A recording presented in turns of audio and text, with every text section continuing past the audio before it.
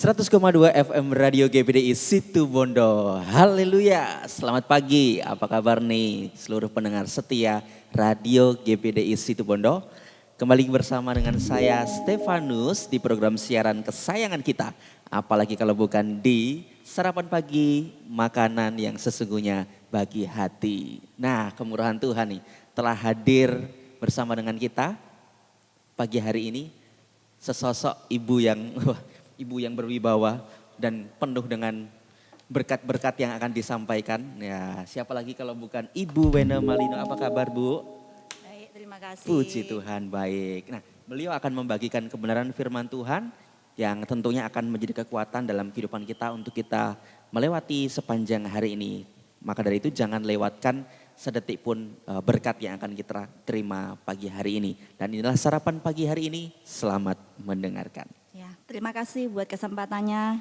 Saya ingin mengajak kita makan firman Tuhan dari Yohanes pasal 5.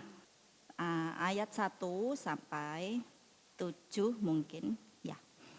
Sesudah itu ada hari raya orang Yahudi dan Yesus berangkat ke Yerusalem. Di Yerusalem dekat pintu gerbang domba ada sebuah kolam yang dalam bahasa Ibrani disebut Bethesda. Ada 5 serambinya. Dan di serambi-serambi itu berbaring sejumlah besar orang sakit, orang-orang buta, orang-orang timpang, dan orang-orang lumpuh yang menantikan goncangan air kolam itu. Sebab sewaktu-waktu turun malaikat Tuhan ke kolam itu dan menggoncangkan air itu. Barang siapa yang terdahulu masuk ke dalamnya, sesudah goncangan air itu menjadi sembuh, apapun juga penyakitnya. Di situ ada seseorang yang sudah 38 tahun lamanya sakit. Ketika Yesus melihat orang itu berbaring di situ dan karena ia tahu bahwa ia telah lama dalam keadaan itu, berkatalah ia kepadanya, "Maukah engkau sembuh?" Jawab orang sakit itu kepadanya, "Tuhan, tidak ada orang yang menurunkan aku ke dalam kolam itu apabila airnya mulai goncang. Dan sementara aku menuju ke kolam itu, orang lain sudah turun mendahului aku." Kata Yesus kepadanya, "Bangunlah, angkatlah tilammu dan berjalanlah." Ya, jadi sampai ayat 8 yang kita baca. Tetapi sebenarnya sorotan kita, saya ajak kita soroti ayat 5 sampai 7. Jadi itu banyak orang sakit di sana dan Yesus tahu orang ini sudah lama sekali sakit. 38 tahun. Betul-betul perjuangan ya untuk dan kalau saya jadi orang ini, saya bisa saja saya ini lupa bahwa saya ini sebenarnya bisa jalan, saya bisa duduk, saya bisa pergi ke sini ke situ, saya bisa menjadi orang yang keadaan yang begitu terlalu lama. Secara manusia kita gampang untuk menjadi terbiasa dengan keadaan-keadaan kita yang sudah ya seperti itu. Kayaknya kita tidak bisa mengubah apapun. Kayaknya kita ya dilahirkan untuk menjadi seperti ini. Atau ini sudah takdir saya. Atau ya seperti itu. Itu yang saya kagumi dari orang ini. Dia ternyata sesudah 38 tahun dia masih mengindikasikan, walaupun mungkin lemah ya jawabannya tidak dengan tegas. Ditanya Yesus, "Kamu mau sembuh?" "Mau," gitu. "Iya, saya memang pingin dari dulu sudah 38 tahun. Dia tidak terang-terangan, dia mungkin lemah karena memang tambah lama tambah mungkin pudar harapannya. Tapi dia masih punya, "Iya, saya sebenarnya pingin sembuh," gitu loh. Jadi harapan itu tidak betul-betul hilang dan dia tidak lupa diri, tidak kemudian jadi lupa diri bahwa dia seharusnya diciptakan bisa berjalan, bisa beraktivitas, mungkin bisa menari, mungkin bisa berlari dengan tubuhnya itu yang sehat. Seharusnya desain awalnya dia diciptakan adalah seperti itu. Tapi jadi sekian puluh tahun 38 itu tidak membuat dia lupa diri. Dalam arti ini bukan saya tidak ditakdirkan seperti ini sebenarnya. Itu sulit loh saudara, sulit.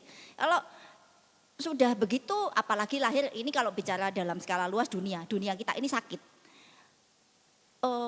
Kita lahir ke dalam dunia yang sakit yang terus melihat contoh orang-orang yang sakit. Yang tidak seperti desain awal Tuhan bahwa Tuhan menciptakan manusia sebenarnya bisa apa aja sih gitu. bisa berhubungan dengan Tuhan, bisa ngobrol-ngobrol dengan secara langsung dan sebagainya seperti itu. Itu sudah ndak begitu terbenam, ndak kelihatan bekasnya lagi. Nah, lupa dirilah kita manusia bahwa kita ini makhluk roh. Diri kita yang sesungguhnya adalah roh di dalam. Bukan ini, bukan aktivitas kita yang harus bergulat hidup sehari-hari begini. Tapi kita ini, roh kita itu yang diciptakan Tuhan berhubungan dengan roh Tuhan dan memerintah dengan roh Tuhan. Kita punya kuasa yang besar. Tapi puji Tuhan orang ini tidak kehilangan perspektif itu. Dan dia walaupun lemah dia mengutarakan. Paling tidak ada indikasi bahwa dia masih ingin sembuh, dia tidak ingin gini terus, dia tidak percaya bahwa dia diciptakan itu seperti ini. Ini yang saya ajak kita miliki. Kita harus tahu bahwa awalnya kita ini makhluk roh, bukan awalnya. Maksudnya ya kita ini sebenarnya makhluk roh tapi karena terlalu terbenam dalam dunia yang sakit, yang lupa, semua orang lupa bagaimana mengaktifkan roh itu yang adalah kita yang sesungguhnya, maka kita keikut-ikut seperti itu. Contoh nyatanya, contoh nyata, saya pernah dengar cerita saya dengar ini kisah nyata gitu. Jadi ada dua anak apa satu anak yang terlantarkan waktu masih bayi oleh orang tuanya, lalu ditemukan oleh serigala di hutan.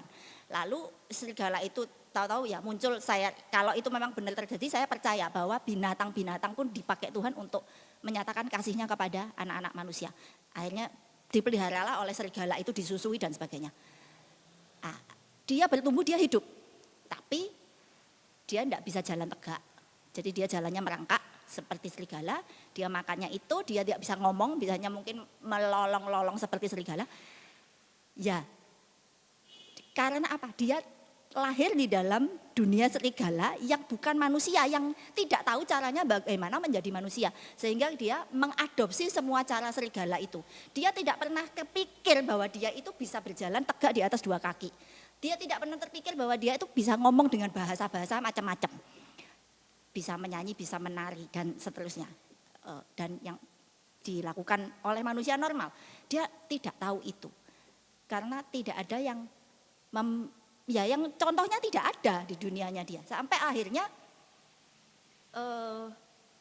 waktu, ya kalau benar ini ceritanya, kalau itu sampai ketahuan berarti kan ada manusia yang lihat gitu ya.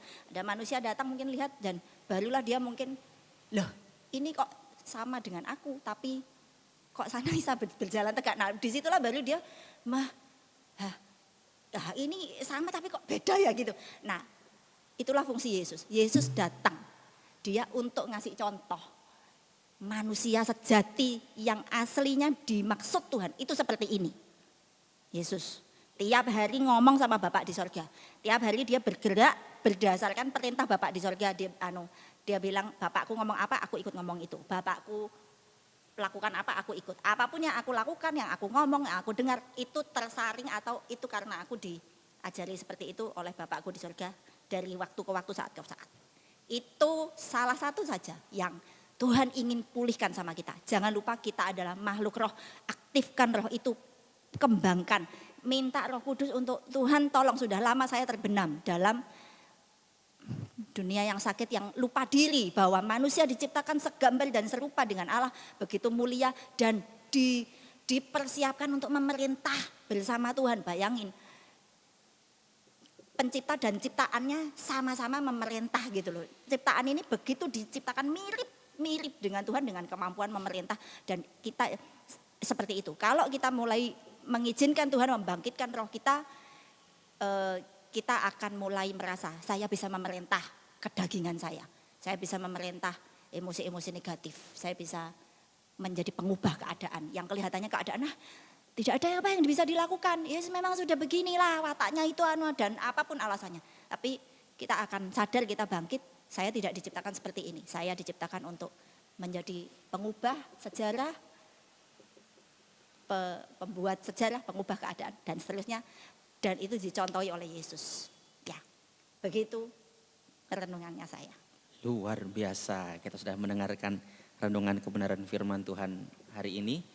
Ada beberapa hal yang menarik dan luar biasa ya, bahwa Yesus datang ke dunia ini untuk memberikan contoh ya Bu ya, untuk memberikan patron kepada kita. Bagaimana manusia sejati yang ya kita adalah makhluk roh, kita ada manusia roh, kita harus membangkitkan itu, kita harus ingat dan tidak boleh lupa. Dan kita diciptakan bukan seperti itu saja, tetapi ada perubahan-perubahan yang bisa kita kerjakan bersama dengan Tuhan. Luar biasa. Terima kasih sekali lagi Bu sudah hadir di studio. Sama-sama, terima Menyampaikan- kasih sudah menjadi host yang baik. Puji Tuhan sudah menyampaikan renungan kebenaran firman Tuhan. Jangan bosan-bosan untuk diundang lagi ke studio kita. Puji Tuhan. Namun sayangnya karena keterbatasan waktu kita tidak bisa berlama-lama. Saya harus undur diri, saya harus pamit. Saya Stefanus. Sampai jumpa lagi di sarapan pagi yang akan datang. Hanya di 100,2 FM Radio GBDI Situbondo. Tuhan Yesus memberkati.